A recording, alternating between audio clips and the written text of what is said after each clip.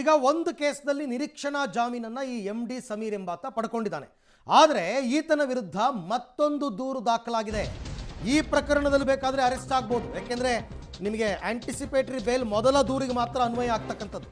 ಈಗ ಚಿಕ್ಕಮಗಳೂರಿನ ಕಡೂರು ಪೊಲೀಸ್ ಸ್ಟೇಷನ್ನಲ್ಲಿ ಒಂದು ದೂರು ದಾಖಲಾಗಿದೆ. ಮಂಜುನಾಥ್ ಜೈನ್ ಅಥವಾ ಮಂಜು ಜೈನ್ ಎಂಬುವರು ದೂರನ್ನು ದಾಖಲು ಮಾಡಿದ್ದಾರೆ.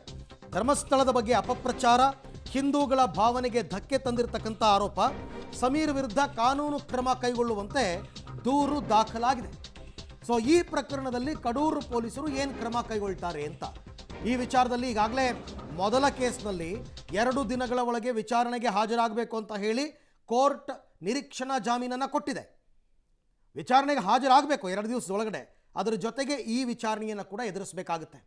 ಹಾಗಾಗಿ ಈ ವಿಚಾರದಲ್ಲಿ ಒಂದು ನೋಟಿಸ್ ಕೊಡ್ತಾರಾ ಅಥವಾ ನೇರವಾಗಿ ಬಂಧನ ಆಗುತ್ತಾ ಅಥವಾ ಈ ವಿಚಾರಕ್ಕೂ ಮತ್ತೆ ಈತ ಕೋರ್ಟ್ ಮೊರೆ ಹೋಗ್ತಾನ, ಕಾನೂನಾತ್ಮಕವಾದ ಹೋರಾಟವನ್ನು ಮಾಡ್ತಾನ, ಇವೆಲ್ಲವೂ ಕೂಡ ಹೆಚ್ಚು ಕಡಿಮೆ ಇವತ್ತು ಗೊತ್ತಾಗುತ್ತೆ.